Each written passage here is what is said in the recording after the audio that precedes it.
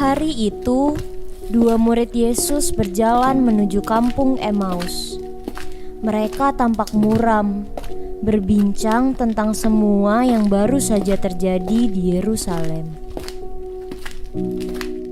Aku masih tidak percaya. Yesus telah mati. Padahal kita berharap Dialah yang akan membebaskan kita. Tapi sekarang semuanya terasa sia-sia.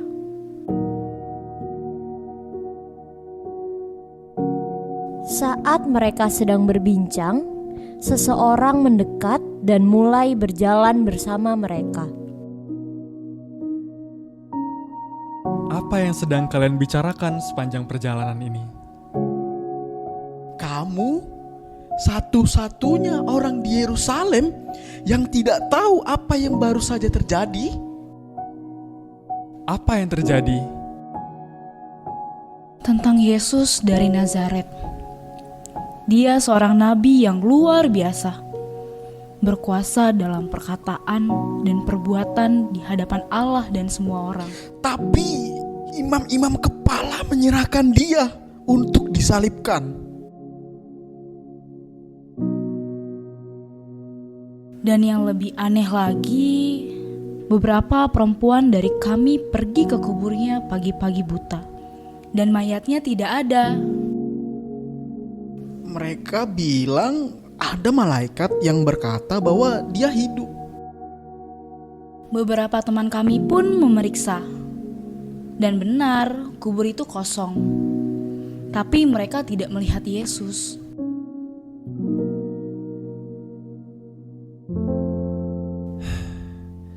Betapa lambannya kalian untuk percaya semua yang telah dikatakan para nabi. Bukankah Mesias harus menderita semua ini sebelum masuk ke dalam kemuliaannya?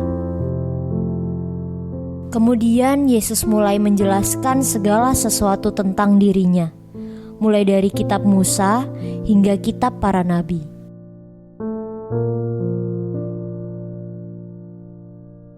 Saat mereka tiba di Emmaus, Yesus berpura-pura hendak melanjutkan perjalanannya. Tinggallah bersama kami. Hari sudah hampir malam. Benar, tetaplah bersama kami malam ini. Lalu Yesus masuk dan tinggal bersama mereka.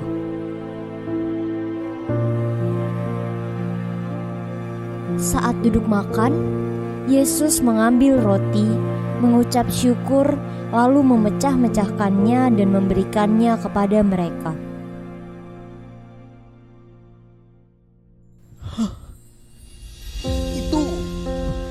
Itu dia. Yesus? Saat itu juga mata mereka terbuka, tetapi Yesus tiba-tiba menghilang dari hadapan mereka.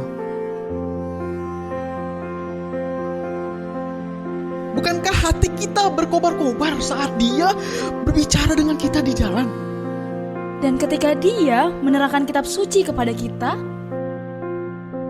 tanpa ragu, mereka segera bangkit dan kembali ke Yerusalem, walau sudah malam.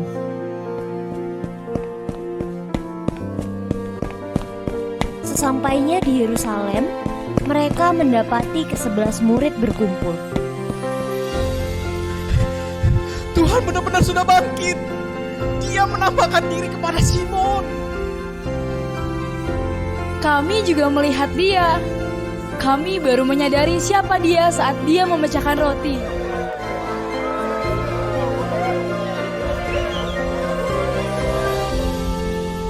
Yesus telah bangkit. Ia hadir bahkan ketika kita tidak menyadarinya. Seperti murid di jalan Emmaus, seringkali kita tidak melihat dia berjalan di samping kita. Namun firman-Nya membakar hati kita, dan dalam persekutuan dengannya, mata kita akan terbuka. Mari saudara kita tunduk kepala, kita berdoa sebelum membaca dan merenungkan kebenarannya. Kami datang di dalam ucapan syukur, terima kasih Tuhan, karena sungguh Engkau baik dan Engkau menyatakan kebaikan-Mu di dalam kehidupan kami. Terima kasih kesempatan kami merayakan Paskah pada sore hari ini. Kami rindu Tuhan, kami bukan hanya merayakan Paskah, tetapi kami semua juga mengalami Paskah. Karena Kristus yang bangkit, Kristus ada di dalam hati kami, ada di dalam hidup kami, dan memimpin kami juga. Bukan hanya menikmati karya keselamatan-Mu, tetapi untuk juga boleh menyatakan siapa Yesus kepada dunia ini, dan membawa pemulihan dimanapun Tuhan menghadirkan kami. Kami menyerahkan waktu kami akan membuka, membaca, merenungkan firman-Mu. Kami mohon Tuhan tolong agar pada akhirnya kami bukan hanya jadi pendengar-pendengar firman yang setia, tapi mampukan dengan kuasa pertolongan dari Roh-Mu yang kudus, kami dimampukan menjadi pelaku-pelaku firman-Mu di dalam hidup kami, di dalam keseharian kami. Bersabdalah ya Tuhan, kami umat-Mu sedia mendengarnya. Dalam satu nama yang kudus, nama yang berkuasa, nama Tuhan kami Yesus Kristus, Sang Firman yang hidup, kami menyerahkan pemberitaan firman-Mu. Amin. Shalom. Shalom. Saya bersyukur kepada Tuhan kesempatan melayani di dalam Paskah tahun ini, Paskah Perkantas Jakarta. Saya menyiapkan slide untuk sama-sama boleh kita ikuti, sehingga kita bisa juga boleh semakin menikmati apa yang menjadi bagian firman Tuhan hari ini. Boleh tolong slide-nya? Tema kita adalah Reason to Redeem, Send to Proclaim. Saudara yang dikasihi Tuhan, di dalam sejarah kalau kita pahami, memang seperti yang tadi Bang Evan katakan, gereja baru pada kira-kira tahun 313 merayakan Natal. Tapi apa perayaan yang dari awal gereja rayakan? Paskah. Kenapa kita ibadah hari Minggu? Apa yang dirayakan? Paskah. Makanya mari belajar mengucapkan selamat Paskah begitu ya. Ini sudah bisa? Sudah ucapkan selamat Paskah ke kiri kanan? Ayo kita sampaikan dulu ya. Baik. Kalau Natal saja, sampai Januari juga masih selamat Natal ya. Kalau Paskah, pas Paskahnya aja begitu ya.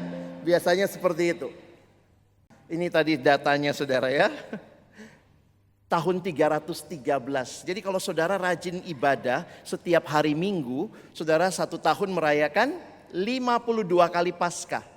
Plus malam ini 53. Nah gitu ya. Baik, kita akan sama-sama melanjutkan apa yang kita dengar tadi dalam dramatic reading. Kita akan melanjutkan perjumpaan Yesus tadi dengan dua orang murid dalam perjalanan ke Emmaus. Selanjutnya kita akan melihat perjalanan Yesus menampakkan diri kepada semua murid. Nanti saudara bisa perhatikan, kita akan lihat di dalam Lukas 24 ayat 36 sampai 49. Oke, mari kita lihat judul yang diberikan Lembaga Alkitab Indonesia, Yesus menampakkan diri kepada semua murid. Saya baca ayat 36, saudara baca ayat 37, kita bergantian sampai 49. Dan sementara mereka bercakap-cakap tentang hal itu, Yesus tiba-tiba berdiri di tengah-tengah mereka dan berkata kepada mereka, "Damai sejahtera bagi kamu."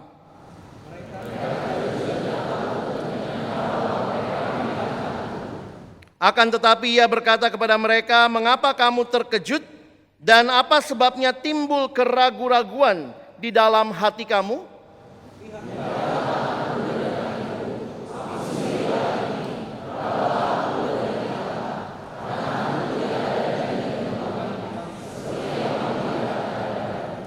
Sambil berkata demikian, ia memperlihatkan tangan dan kakinya kepada mereka.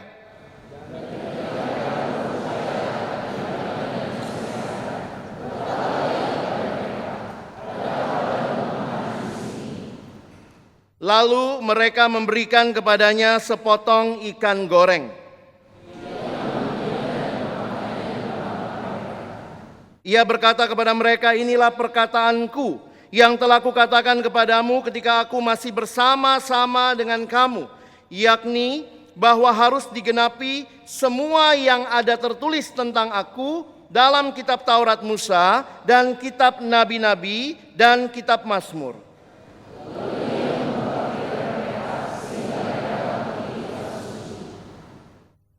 Katanya kepada mereka, ada tertulis demikian, Mesias harus menderita dan bangkit dari antara orang mati pada hari yang ketiga.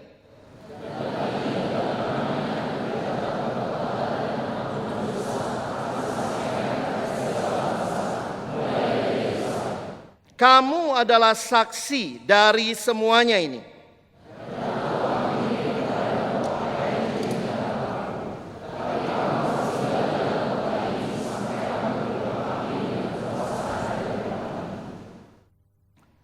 Saudara yang dikasihi Tuhan, sedemikian jauh pembacaan firman Tuhan. Berbahagia kita yang bukan hanya membacanya, tapi juga merenungkannya, melakukannya dalam hidup kita dan bahkan membagikannya.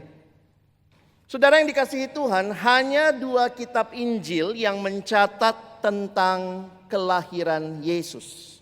Injil Matius dan Injil Lukas. Tetapi keempat Injil mencatat kematian dan kebangkitan Kristus. Dan ini menjadi hal yang menarik melihat apa yang tertulis dalam catatan Dr. Lukas yang menulis Lukas 24 ini. Dan disinilah kita melihat bagaimana Lukas merangkaikan dengan indah kisah tentang kebangkitan Kristus. Dengan apa saudara? Dengan kisah pengutusan. Dan ini yang juga saudara bisa lihat dalam setiap Injil, dalam keindahannya masing-masing. Sehingga kalau saudara boleh pahami, Paskah bukan hanya tentang kemenangan atas kematian, tetapi awal dari pengutusan. Saudara bisa melihat kebangkitan Kristus bukan hanya untuk menyelamatkan kita dari hukuman dosa, tetapi untuk mengutus kita dalam misi Allah untuk memperbaharui dunia. Banyak orang membaca kisah kebangkitan berhenti sampai Yesus bangkit. Tapi jangan lupa, di dalam Injil semua ada bagian di mana ada pengutusan di situ. Yang paling kita hafal Matius 28 ya. Kita lupa Matius 28 ayat 19 sampai 20. Tapi apa judul perikop Matius 28 ayat 1? Kebangkitan Kristus. Demikian juga dirangkai di dalam Injil Markus, dirangkai dengan indah dalam Injil Lukas, dan nanti saudara bisa lihat juga di dalam Injil Yohanes. Paskah tidak terlepas dari pengutusan. Paskah bukan akhir, tetapi menjadi awal kita diutus untuk membaharui dunia ini di dalam misinya Allah. Karena itu sore hari ini teman-teman yang dikasihi Tuhan, saya ingin membagikan 3 hal yang mendasar. Nah, ini 3 hal mendasar agar kita bisa menjalankan misi Allah. Saudara dan saya butuh keyakinan ya. Tentu kalau kita mau melakukan sesuatu kita butuh conviction. Dalam banyak hal kita bicara keyakinan sebelum memulai tindakan. Maka untuk kita berbagian dalam misi Allah, ada 3 keyakinan yang saya rindukan saudara dan saya miliki. Pertama, keyakinan kepada Yesus yang bangkit. Yang kedua, keyakinan kepada Injil yang berpusat pada Kristus. Dan yang ketiga, keyakinan kepada panggilan untuk memberitakan Injil. Ini yang akan kita perhatikan satu persatu. Kita mulai dulu dengan yang pertama saudara. Keyakinan kepada Yesus yang bangkit. Saudara, kalau memperhatikan Yesus bangkit, benar-benar bangkit, iya. Tetapi jangan lupa, untuk kita mengakui dia benar-benar bangkit, maka saudara dan saya harus mengakui Yesus benar-benar mati. Setuju? Yesus bukan cuma pura-pura mati. Di dalam teori-teori yang menolak kebangkitan, ada aja orang yang gak suka Yesus bangkit ya. Ada yang berkata enggak, dia enggak bangkit, cuma pingsan. Aduh saudara, kalau Yesus cuma pingsan, hari ini kita enggak rayakan Paskah. Paskah itu kebangkitan Yesus. Kalau dia cuma pingsan, hari ini kita Paskah kesiuman Yesus. Yesus siuman, gitu ya. Tapi bukan begitu. Ada lagi teori bilang Yesus enggak bangkit. Perempuan itu pergi ke kubur yang salah. Maklum, maaf perempuan kadang-kadang GPS-nya enggak nyala. Makanya salah kuburnya, ada teori salah kubur. Ada aja ya. Tapi Injil mencatat, kalau saudara lihat ya, catatan Injil itu semua jelas mencatat Yesus sungguh-sungguh mati sampai ditusuk lambungnya. Lalu apa yang terjadi? Keluarlah air dan darah. Secara medis air dan darah kalau masih sudah keluarnya terpisah itu sudah mati. Kalau masih hidup biasanya cuma darah. Jadi itu gambaran yang diberikan, dia sungguh-sungguh mati. Lalu dia sungguh-sungguh bangkit, itu pun masih susah ya. Lihat, murid-murid juga kaget gitu. Akhirnya Yesus bilang, nih lihat, tanganku, kakiku, aku sendirilah ini, rabalah aku, lihatlah, karena hantu tidak ada daging dan tulangnya. Yesus bukan hantu saudara, ada dagingnya, ada tulangnya, nan tulangnya nggak ada.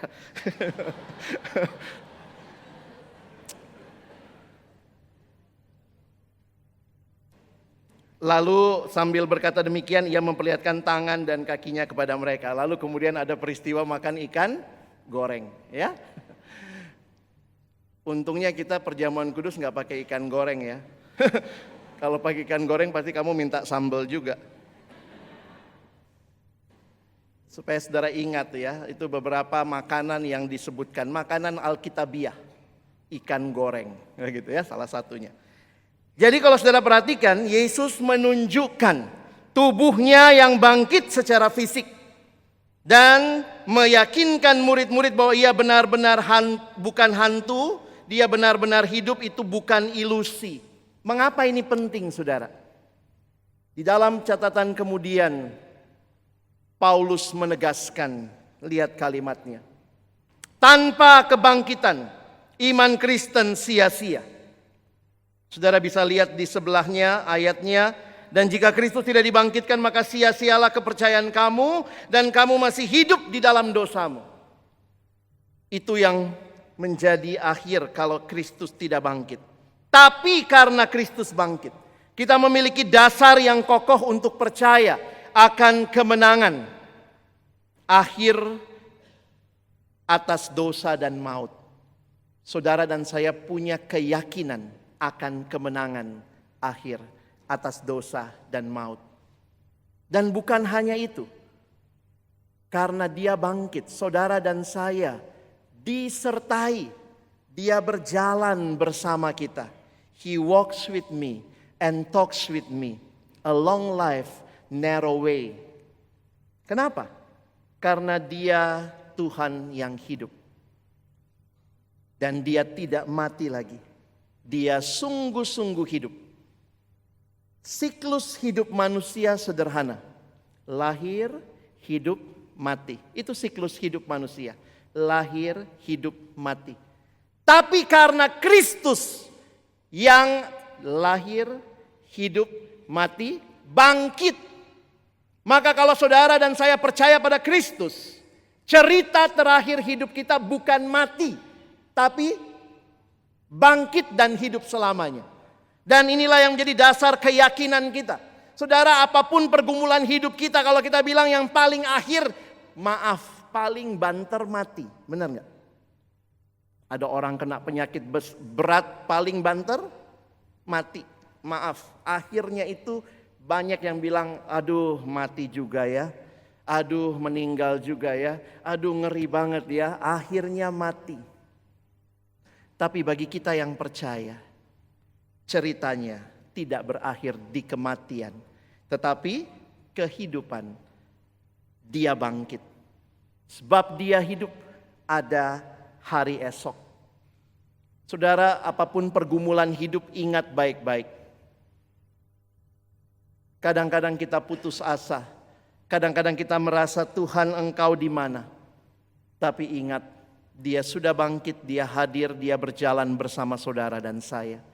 Melalui pergumulan-pergumulan kehidupan kita. Easter brings hope. Dan menariknya apa? Kita menantikan kebangkitan. Hari Minggu kita berdiri lalu kita bilang, aku percaya pada Tuhan yang Maha Kuasa, pencipta langit dan bumi. Nanti di bagian akhir, aku percaya pada Roh Kudus, gereja yang kudus, pengampunan dosa, kebangkitan. Nah, tergantung saudara di gereja mana ya. Ada yang bilang kebangkitan daging, ada yang bilang kebangkitan tubuh, ada yang bilang kebangkitan orang mati. Tapi saudara dan saya percaya kebangkitan tubuh. Dan kita menanti itu. Ini kalimat Paulus di Filipi 3. Kita baca sama-sama ya, sebelah kanannya. 1, 2, ya. Karena kewargaan kita adalah di dalam sorga. Dan dari situ juga kita menantikan Tuhan Yesus Kristus sebagai juru selamat yang akan mengubah tubuh kita yang hina ini sehingga serupa dengan tubuhnya yang mulia, menurut kuasanya yang dapat menaklukkan segala sesuatu kepada dirinya. Kita bahkan punya pengharapan akan kebangkitan orang mati karena Kristus sudah bangkit. Indah sekali. Yesus sungguh-sungguh bangkit. Maknai itu saudara. Pendeta Timothy Keller bicara soal pengharapan, lalu dia bicara soal Paskah dalam bukunya tentang kebangkitan, tentang Paskah. Dia menuliskan kalimat ini.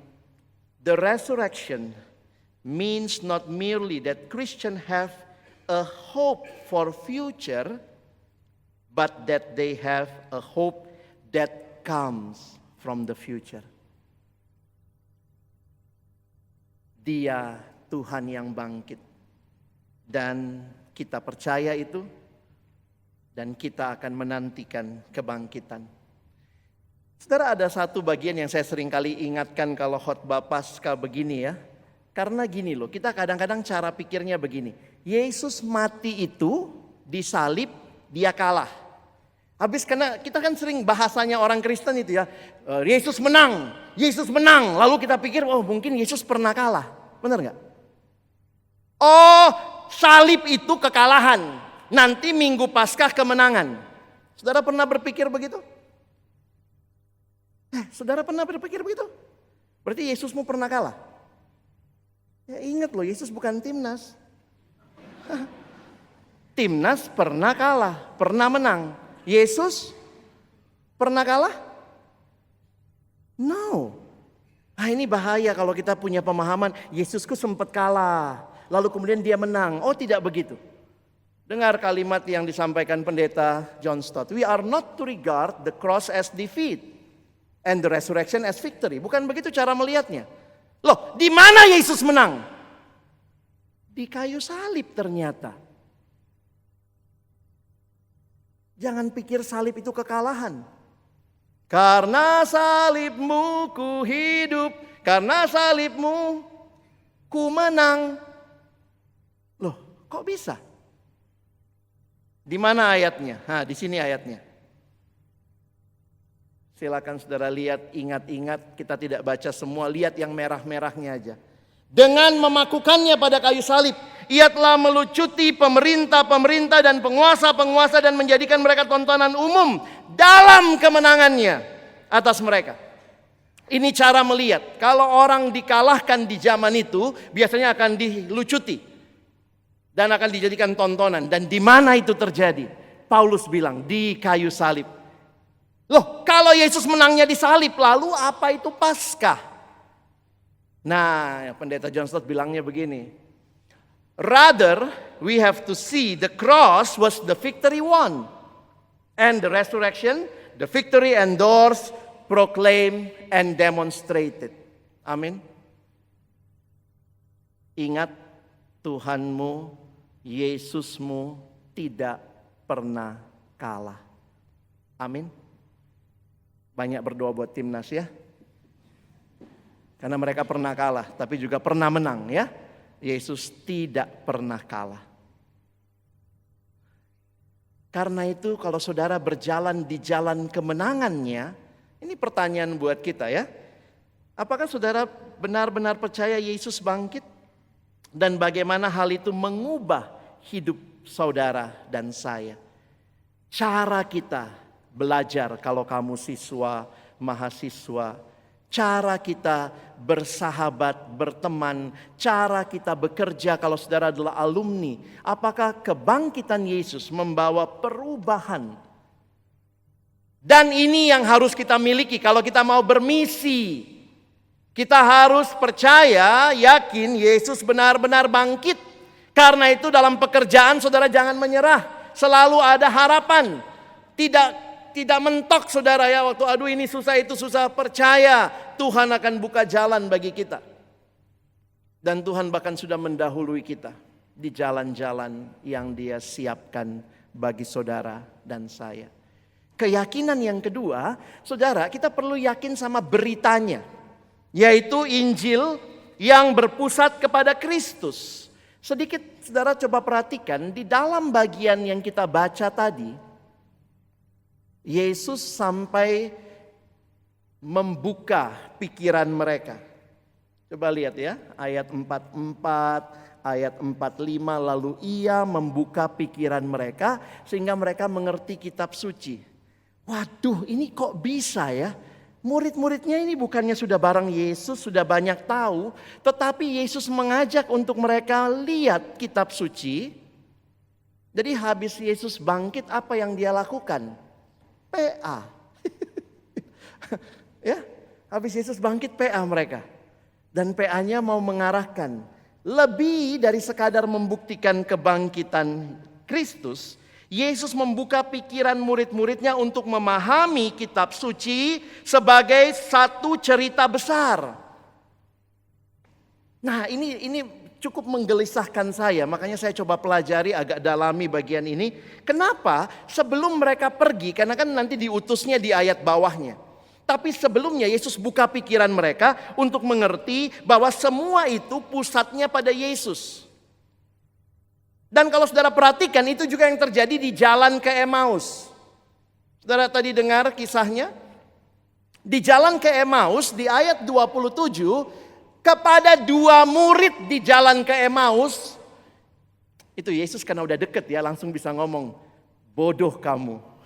Ya, coba saudara pernah digituin sama PKK? Bodoh kamu, jugul kau. Tapi karena udah deket ya, karena udah jalan bareng mereka tuh Yesus ngomong. Lalu Dia menjelaskan. Jadi apa yang dilakukan di jalan ke Emmaus? Malam itu, habis Yesus bangkit, PA lagi. Cuma mungkin gak buka Alkitab ya, gak bawa ya. Yesus bilang, kau ingat cerita-cerita di perjanjian lama? Itu tentang aku. Mungkin murid-murid, hah? Pasti mereka belum sadar ya, makanya pas itu kalimatnya tentang Mesias begitu, tentang Dia, tapi Yesus belum membukakan bagi mereka sepenuhnya. Kenapa kita perlu mengerti berita Injil itu satu berita yang adalah satu cerita besar saudara? Karena begini, Injil, saya ulangi, dengar baik-baik. Injil itu cerita tentang apa yang Allah lakukan bagi kita. Ingat, Injil bukan cerita apa yang kita lakukan bagi Allah, tapi apa yang Allah lakukan bagi kita. Itu Injil. Sementara, kalau murid-murid tidak melihat Yesus penggenapan, kalau mereka tidak lihat Yesus sebagai penggenapan dari semua cerita Alkitab, jangan-jangan mereka berpikir, ikut Tuhan, apa yang harus saya lakukan bagi Tuhan? Sementara kalau mereka mengerti Injil, apa yang Tuhan lakukan bagi kita, itu beda sekali perspektifnya. Saudara bisa paham itu? Kalau kita cuma baca kitab Musa, kita bilang, wih Musa hebat banget ya. Lalu kita bilang sama adik sekolah minggu kita, makanya kau dek mesti kayak Musa kau. Mesti rajin belajar, nanti pimpin Israel. Jadi ceritanya begitu kan? Lalu nanti kita baca Daud. Kau juga deh, waktu perang kau pimpin perang ya. Nah misalnya begitu. Maka semua cerita tentang apa yang akan saya lakukan. Apa yang akan saya lakukan. Dan kalau hanya seperti itu bukan Injil saudara. Itu cuma cerita moral. Ganti aja itu Musa sama pitung.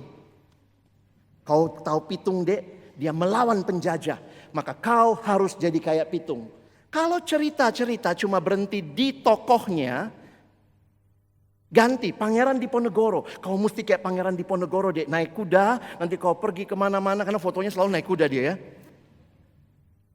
Semua tokoh-tokoh itu punya hal yang lesson learn yang bisa kita take. Tapi kalau Injil berhentinya cuma di situ, ini tentang apa? Tentang apa yang saya lakukan bagi Tuhan, apa yang saya lakukan bagi Tuhan. Tapi Injil itu apa yang Tuhan lakukan bagi saya. Makanya Yesus harus menjelaskan, begini loh, cerita Daud itu penggenapannya di aku. Maka kau bukan harus jadi kayak Daud, kau harus jadi sepertiku. Bagaimana? Buka hatimu, terima aku. Kira-kira gitu ya. Saya pernah dengar guru sekolah minggu ya. Ini dengar ya. Guru sekolah minggu cerita begini. Adik-adik, supaya jadi anak Tuhan, maka kita harus rajin sekolah minggu, rajin baca Alkitab, tidak bohong sama orang tua, baik sama teman supaya jadi anak Tuhan. Is that gospel? Lakukan 1, 2, 3 supaya jadi anak Tuhan. Begitukah Injil? No. Injil itu mengatakan untuk jadi anak Tuhan bukan usahamu, tapi Tuhan mengirimkan anaknya mati bagimu. Sehingga siapa yang percaya kepadanya, dia beroleh keselamatan. Itu cerita Injil. Cuma mungkin guru sekolah minggu bingung juga ya. Saya waktu itu jadi langsung kebayang Tuhan harus training nih guru-guru sekolah minggu. Dari kecil udah menyesatkan anak orang. Makanya sekarang ada yang begitu ya. Ada yang datang kita ajarin saat teduh di kampus pakai MHB. Iya kak, ya kenapa kau rajin saat teduh deh? Ya biar masuk surga aku bang. Hah? That is not what the gospel is. Injil bicara apa yang Kristus lakukan bagi kita. Bukan apa yang kita lakukan bagi dia. Betul kita melakukan bagian kita, tapi hanya ketika kita terlebih dahulu menerima. Hati-hati kalau berita Injil saudara dan saya bukan pusatnya pada Kristus, tapi pusatnya kepada usahamu supaya kau bisa selamat. Usahamu jadi kayak Daud, jadi kayak Musa, jadi kayak Esther supaya kau bisa mencapai sesuatu. That is not the gospel. The gospel is about Jesus. Saudara bisa paham ini? Beda ya? Makanya Tuhan Yesus sampai jugulisme. Goblok bin bodoh. Sekarang kau ngerti dulu ya. Kalau udah ngerti baru boleh pergi. Begitu ya. Maka waktu saya lihat guru sekolah minggu seperti itu, cuman saya bukan Yesus ya. Aduh, aku juga sebodoh kau dulu. Cuma waktu belajar, baca, lihat. Oh iya ya. Hati-hati loh, kita pergi tidak bawa Injil. Kita cuma bawa beban baru buat orang. Rajin kau saat teduh dek. Nanti Tuhan tolak di pintu surga. Mana catatan saat teduhmu? Hayya, kok begitu ngajarnya? Dan kalau kita tidak mengerti cerita fullnya, kita pikir cerita Alkitab itu tentang saya. Iya kan? Tanpa sadar, kita lupa siapa yang punya cerita. Ini ceritamu atau ceritanya Tuhan? Coba dulu, teman-teman pikir. Alkitab itu ceritamu, lalu kau undang Tuhan. Tuhan sini masuk ceritaku. Hah, sini, ini aku punya cerita Tuhan. Nah, berkati ya. Atau Tuhan punya cerita. Terus Tuhan bilang, yuk masuk dalam ceritaku. Beda nggak POV-nya? Anak sekarang ya POV-nya beda? Pulang bikin TikTok. POV. Oh beda loh. Kalau saya punya cerita, berarti siapa pusatnya? Saya. Siapa yang dimuliakan? Saya. Siapa yang harus ikut cerita saya? Semua orang ikutin cerita saya. Tapi Alkitab bukan begitu ternyata. Saudara, sadar atau tidak, semua kita sedang menghidupi sebuah cerita.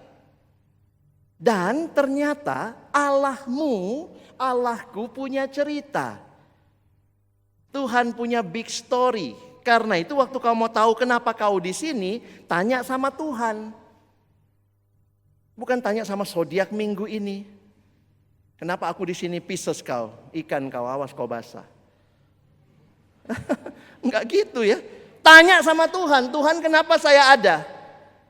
Sehingga saudara perhatikan ya. Saya selalu kutip bagian ini, buku dari pendeta Christopher Wright ya. Dalam buku ini dia pinjam, sebenarnya penjelasan orang lain dia pinjam. Dia bilang kalau kita mau melihat cerita Allah, di mana kita lihatnya? Lihat aja di Alkitabmu. Jadi Alkitab ini kalau diperes, ya, peres, jangan minum airnya ya. Diperes, dia bilang ada cerita 6 babak. The Bible is like drama with 6 acts or stages. Maka dia bilang, kamu bisa jelaskan. Kalau orang nanya, Alkitabmu tentang apa? Kau bilang, kau punya waktu 2 menit? Kalau ada orang tanya, saya mau tahu Alkitabmu apa? Kau punya waktu 2 menit? Oke, saya akan jelaskan Alkitab saya dalam 2 menit. Teman-teman bisa jelaskan katanya kalau di restoran, cukup ambil tisu yang di depan, lalu kamu gambarkan 6 simbol ini. This is all your Bible all about.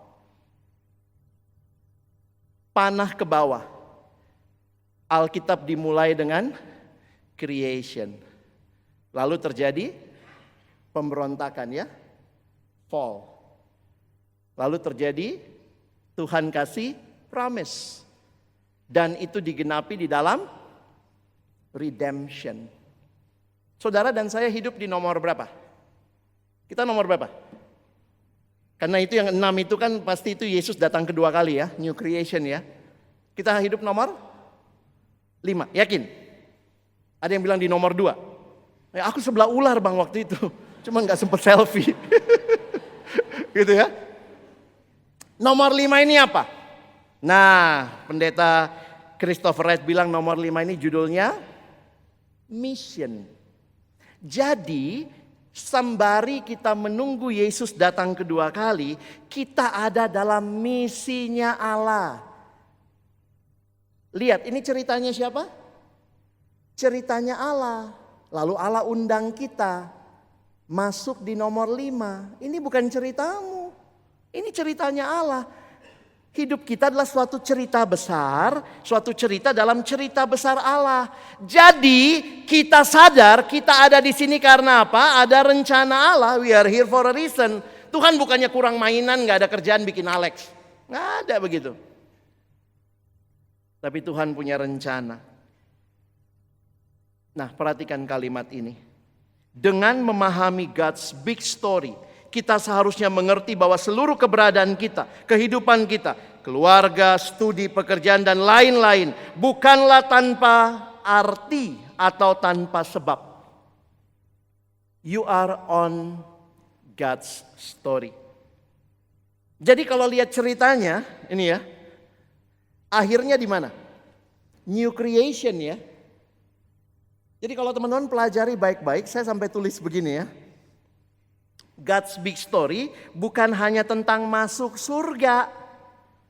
Tapi kita hadir di dalam dunia yang rusak untuk berbagian memulihkan dunia ini. Ini rencana Allah. God's big story menempatkan kita sebagai partisipan dalam cerita besar Allah. Apa yang kita lakukan harus dilihat sebagai bagian dari seluruh kisah Allah dalam dunia ini. Karena itu kehadiranmu penting, pekerjaanmu penting, studimu penting, keluargamu penting, semua ada dalam kaitan rencananya Allah. We are here for God's big story.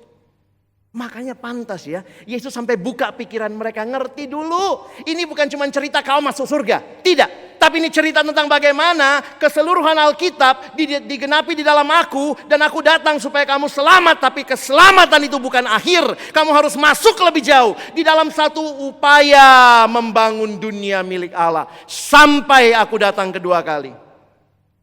Jadi ini bukan cerita individu, tapi ini cerita dunia. Bayangkan kalau kita pergi dan hanya punya ceritanya sebagian. Find your place in God's story. Jadi misi kita diwarnai dengan ini ya. Dalam ceritanya Allah tentang anugerah dan skopnya dunia. Karena itu tema kita sore hari ini. Injil bukan hanya tentang menyelamatkan manusia dari dosa, tapi juga membawa pemulihan bagi dunia ini. Karena apa? Kita menantikan new creation. Ingat, creation rusak. Karena manusia yang dipercayakan jatuh dalam dosa. Lalu waktu manusia yang jatuh dalam dosa diselamatkan supaya apa? Supaya manusia yang diselamatkan sambil menunggu the new creation, kita berpartisipasi di dalam cerita besar Allah. That's why Yesus bukan hanya bangkit untuk menebus. Makanya di bagian selanjutnya dia mengutus kita. Bukan cuma menebus. Karena ceritanya bukan selesai di menebus masuk surga, tapi mengutus kita memberitakan kabar baik ini ke seluruh dunia. Makanya lihat, orang Israel, murid-muridnya cuma berpikir, Tuhan kapankah engkau memulihkan kerajaan bagi Israel? Yesus bilang, engkau tidak perlu tahu masa dan waktunya. Dan ini bukan tentang Israel aja. Tapi kabar ini, nanti baca ayat di bawahnya, harus disampaikan kepada segala bangsa. Dia sudah bangkit. Saudara punya keyakinan ini?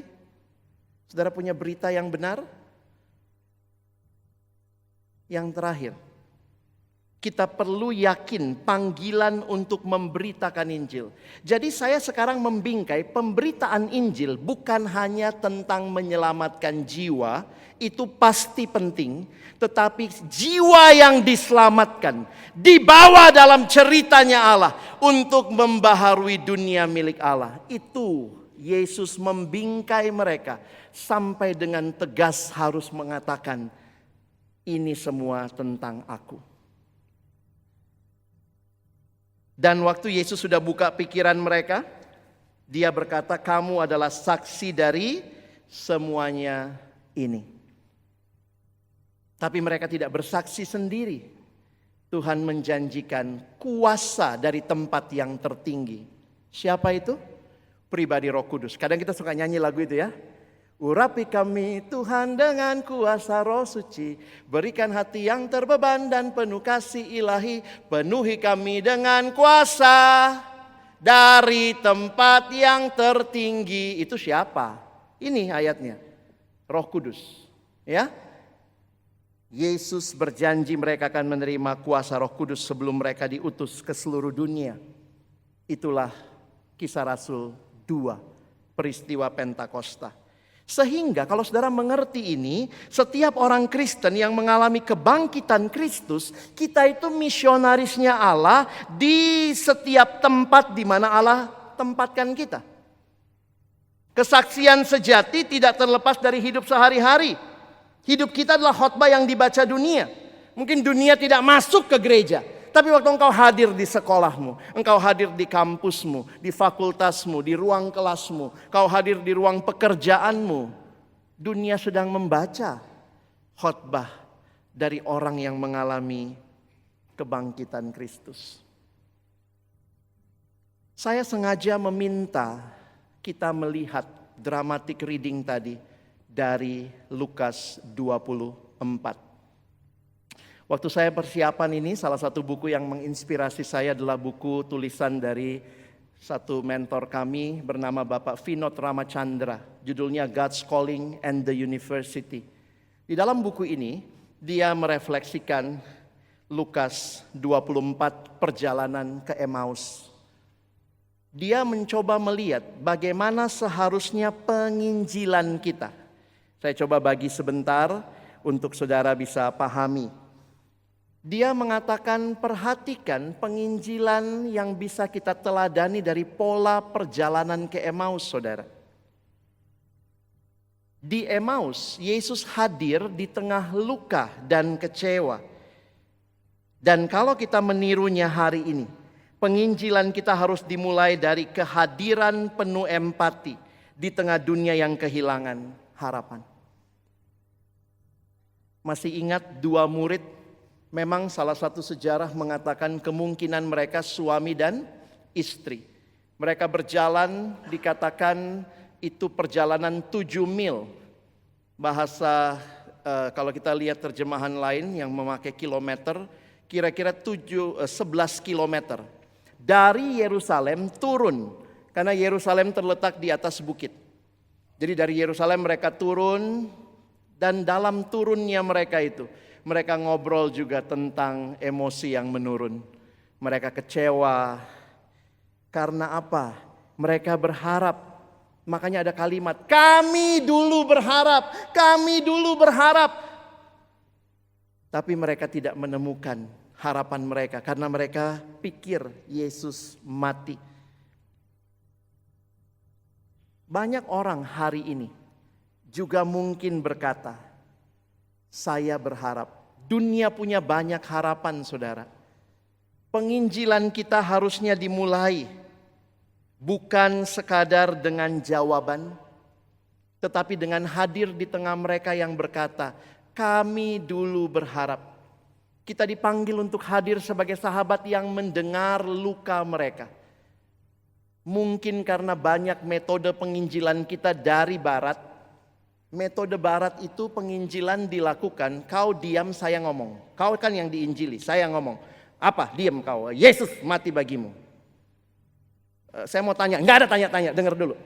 Yesus mati bagimu. Itu kebenaran 1, kebenaran 2. Jadi akhirnya kita hadir dengan jawaban, tetapi belum tentu itu permasalahan orang itu kan. Kami dulu berharap, enggak ada harap-harap, diam. Yesus jawaban. Apa? Yesus jawaban. Terus orang itu bilang, tapi kan kau belum dengar pertanyaanku. Pokoknya Yesus jawabannya. Enggak ada pertanyaan-pertanyaan. Apapun pertanyaannya, Yesus jawaban. Habis. Nah ini yang disoroti oleh Bapak Vinod. Dia bilang sedih banget. Penginjilan kita banyak kali. Kita mulai dengan jawaban. Kita belum pernah sungguh-sungguh. Mungkin kita belum sungguh-sungguh mendengar. Makanya banyak orang ikut pelatihan penginjilan habis itu ketakutan. Karena bagaimana cara mulainya? Bagaimana cara mulainya? Karena apa? Karena kita selalu datang dengan jawaban. Which is not wrong. Tapi mungkin Tuhan mau saudara dan saya lebih tulus mendengar. Yang kedua, di Emmaus Yesus bergabung dalam percakapan mereka. Ini unik saudara ya. Yesus bergabung dalam percakapan mereka. Dalam satu buku yang saya baca ini ya, dia bilang begini. Kalau saudara lihat di Alkitab, banyakkan Yesus masuk percakapan orang. Bukan dia yang memulai percakapan. Benar nggak? Yesus itu banyak menjawab pertanyaan. Jadi agak beda saya lihat dengan memang metode penginjilan yang saya yang banyak ngomongnya saya. Jadi Yesus orang lagi ngobrol di jalan agak ini ya, agak kepo-kepo tingkat dewa juga ya. Ada apa? Ya, itu terus kenapa? Dan di situ saya pikir Yesus bukan pura-pura ya. Karena Yesus tuh maha tahu ya. Tapi Yesus mau dengar cerita orang. Benar gak? Kan Yesus bisa aja langsung, bodoh kalian. Kan bisa aja langsung ke bagian itu ya. Tapi kan dia tanya dulu, ada apa sih? Terus dia bilang, masa kamu satunya orang yang gak tahu apa yang terjadi di Yerusalem? Kau gak nonton TikTok, gak lihat FYP? Yang viral itu apa? Gak nonton. Mulailah percakapan di situ kan. Dalam perjalanan percakapan itu turun bukit tuh.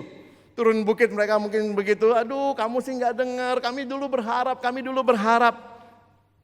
Sehingga Bapak Vinod ini bilang begini ya. Maukah kita hadir dalam percakapan-percakapan yang terjadi di sekitar kita?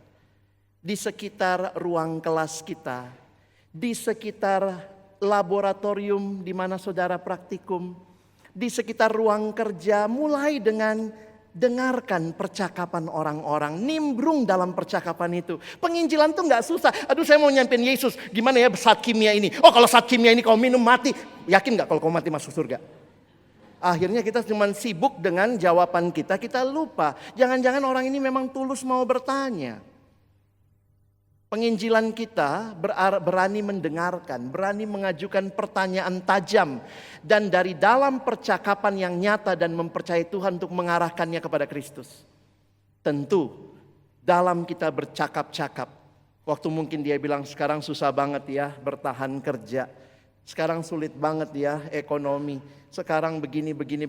Saudara mesti belajar untuk membawa percakapan itu. Untuk mereka melihat realitas yang lebih utama lagi.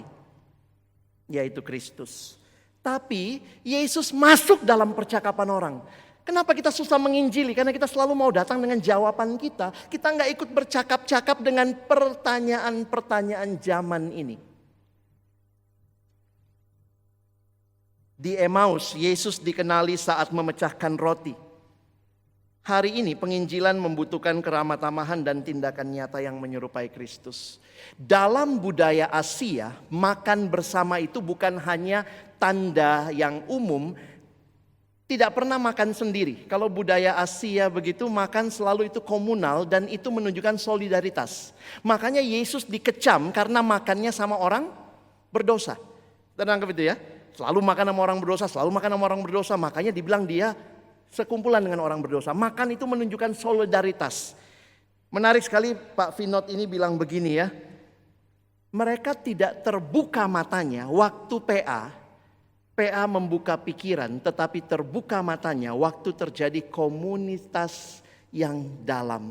Waktu Yesus memecahkan roti. Jadi penginjilan kita harus diwujudkan dalam gaya hidup yang bersedia berbagi hidup, berbagi makan. Makan itu rohani. Ya.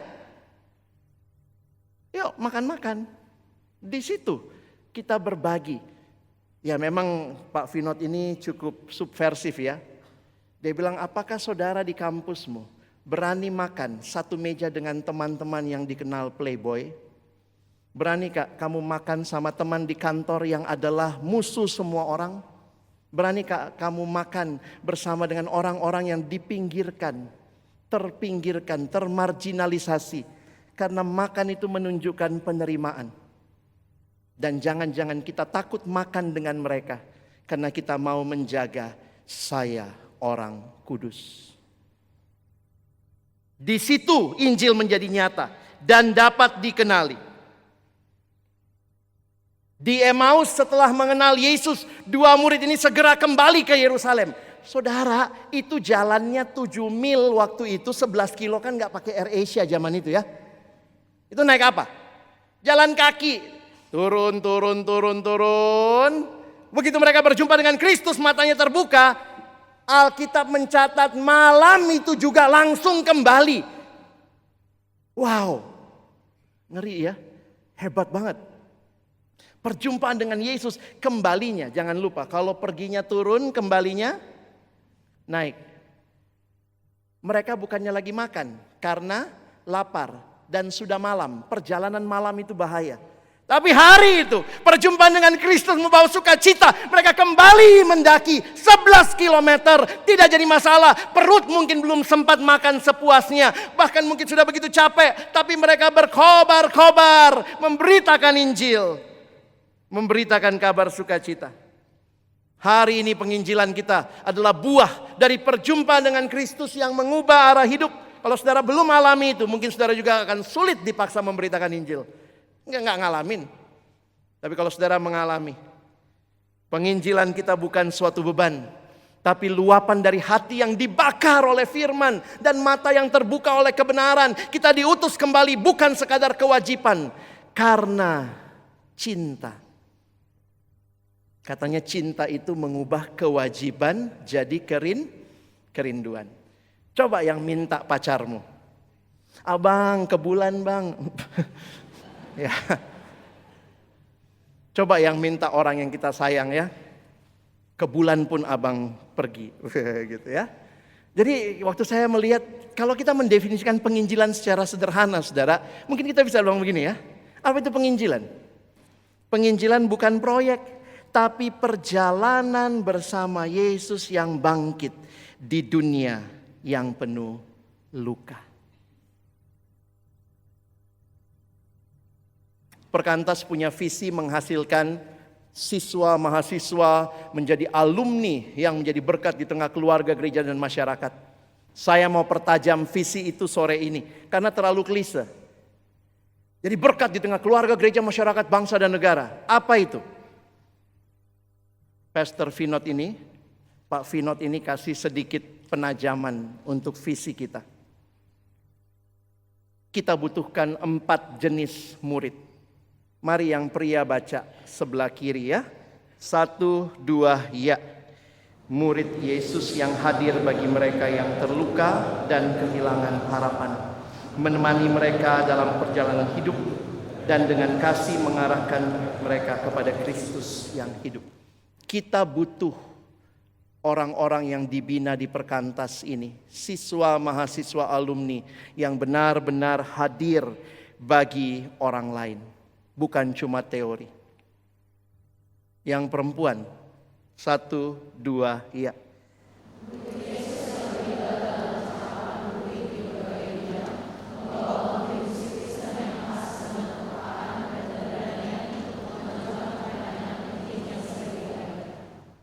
Mari kita baca pertanyaan-pertanyaan generasi dan dunia kita. Jadilah alumni-alumni yang berperan di kantormu, di pekerjaanmu. Mahasiswa-mahasiswa yang berani berdiskusi dengan isu-isu yang sensitif. Bukan cuma sekadar di dalam gelembung amannya persekutuan saja.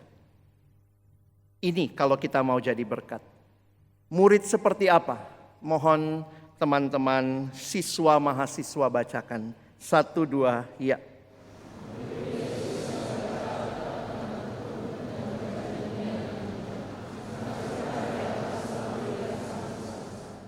Mari tetap baca Alkitab ya, perkantas. Nggak boleh nggak baca Alkitab. Tapi pembacaan Alkitab membuat kita membawa kacamata yang baru, melihat realitas dunia. Kau ngerti, ini ceritanya Allah. Rekan-rekan alumni, mari baca dengan tegas. 1, 2, ya.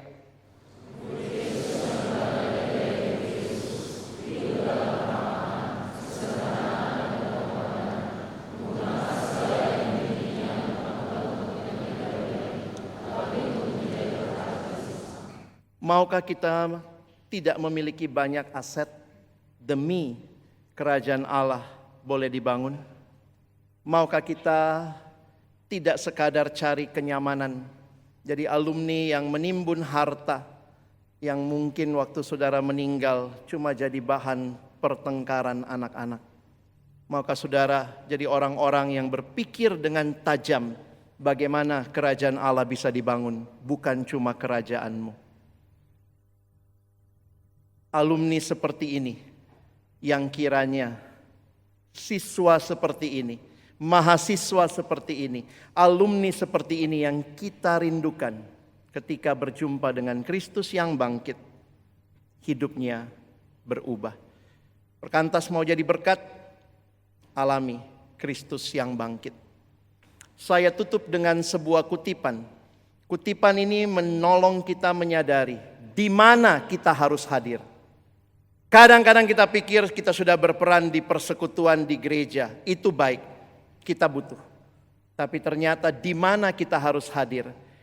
Seorang pendeta Skotlandia abad ke-18 bernama George MacLeod. Dia berkata, saya hanya berpendapat bahwa salib harus ditegakkan kembali di tengah pasar, sebagaimana di atas menara gereja. Saya ingin menegaskan kembali bahwa Yesus tidak disalibkan di dalam katedral di antara 2 lilin, tetapi di atas salib di antara 2 pencuri di tempat pembuangan sampah kota. Ternyata orang-orang zaman itu kalau nyalipin orang di luar kota. Dan di masa itu, tempat di luar kota itu, tempat najis, itu biasa untuk pembuangan sampah.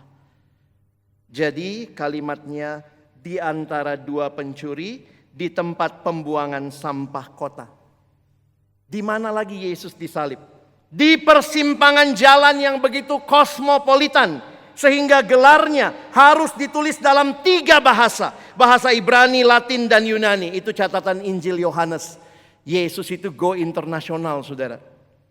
Di tempat di mana para sinis berbicara kotor, para pencuri mengutuk, dan para tentara berjudi.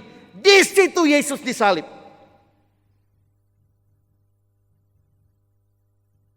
Karena di sanalah dia mati. Dan itulah alasan dia mati. Dan di sanalah seharusnya orang-orang Kristen berada. Serta itulah yang seharusnya diperjuangkan oleh orang-orang Kristen. Hadirlah di sekolahmu. Terlibatlah dalam percakapan. Bawa mereka bertanya lebih dalam lagi tentang Yesus. Hadirlah di ruang-ruang kuliahmu. Ingat, Yesus ada di sana. Sudah mendahului kita. Dia ada dalam percakapan orang-orang di sana. Sayangnya, kau tidak ikut bercakap-cakap. Kau sibuk dengan jawabanmu. Hadirlah di dalam ruang-ruang kerjamu. Di dalam pasar saham yang anjlok. Di dalam kondisi pekerjaan bos yang tidak nyaman. Di tengah-tengah kondisi mau give up. Di tengah-tengah ijazah masih ditahan katanya. Tapi di situ engkau hadir. Di pasar yang kotor itu. Yesus disalibkan. Dan juga dia mati untuk kondisi itu. Sehingga saudara, Paskah bukan hanya tentang Yesus yang bangkit. Tetapi juga tentang kita yang dipanggil dan diutus dalam misinya bagi kemuliaannya. Mari kita ambil waktu untuk merefleksikan semua kebenaran yang kita dengar malam hari ini. Saya ajak kita tunduk kepala, kita berdoa di hadapan Tuhan secara pribadi. Adakah bagian firman Tuhan yang hari ini kembali meneguhkan saudara dalam panggilanmu, memberitakan Injil, membangun kerajaan Allah di tengah-tengah tempat di mana Tuhan hadirkan saudara? Sebagai siswa, sebagai mahasiswa, sebagai alumni, sudahkah engkau berjumpa dengan Yesus yang bangkit? Kalau ada hal-hal yang mau kita akui, kegagalan kita untuk bersaksi bagi Allah, kita terlalu nyaman dengan keberadaan kita. Kita menutup muka kita, benar-benar hadir bagi dunia di sekitar kita. Kita tidak benar-benar mendengar pertanyaan-pertanyaan mereka. Yang mungkin sedang bertanya, bagaimana kalau saya di PHK? Bagaimana keluarga saya? Bagaimana kalau saya tidak lulus semester ini? Pertanyaan-pertanyaan yang bisa saudara dan saya bawa, arahkan lebih jauh untuk melihat, memandang kepada Yesus yang bangkit.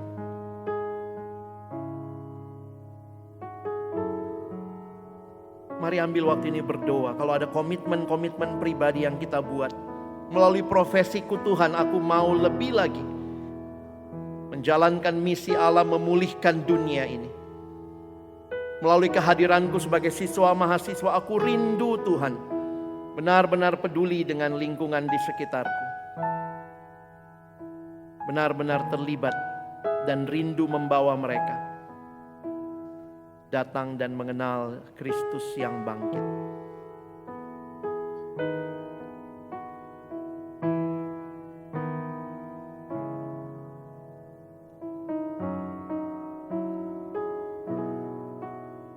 Kiranya Tuhan mendengarkan doa-doa kita. Amin. Singar akan menaikkan pujian yang indah. Gurun dunia tidak lagi menakutkan bagi saudara dan saya yang mau berjalan bersama Yesus. Cinta kasih-Nya yang besar bagi kita. Mari kita refleksikan, menghayati pujian ini.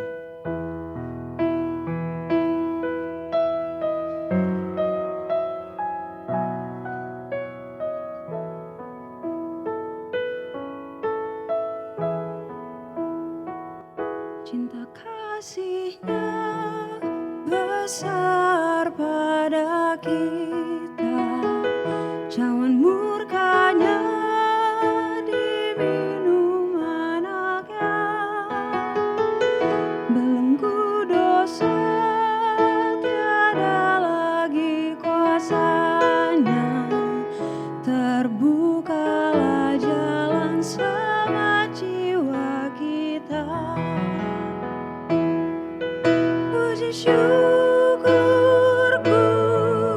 menyembah-Mu, dari kemuliaan-Mu Tuhan Kau memanggilku, genapkanlah rencana-Mu Tuhan, pimpinlah hidupku.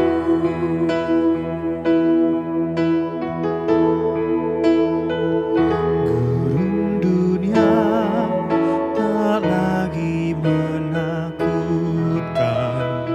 Kristus telah menang atas pencobaan. Anugerah diberi berjalan dengan iman, sampai tiba di tanah perjanjian. Padamu tujukan mataku, dari kemuliaan-Mu Tuhan terangi jalanku. Roh Kudus-Mu dan firman-Mu Mari berdiri bersama. untuk melayani. Bait 3 sama-sama.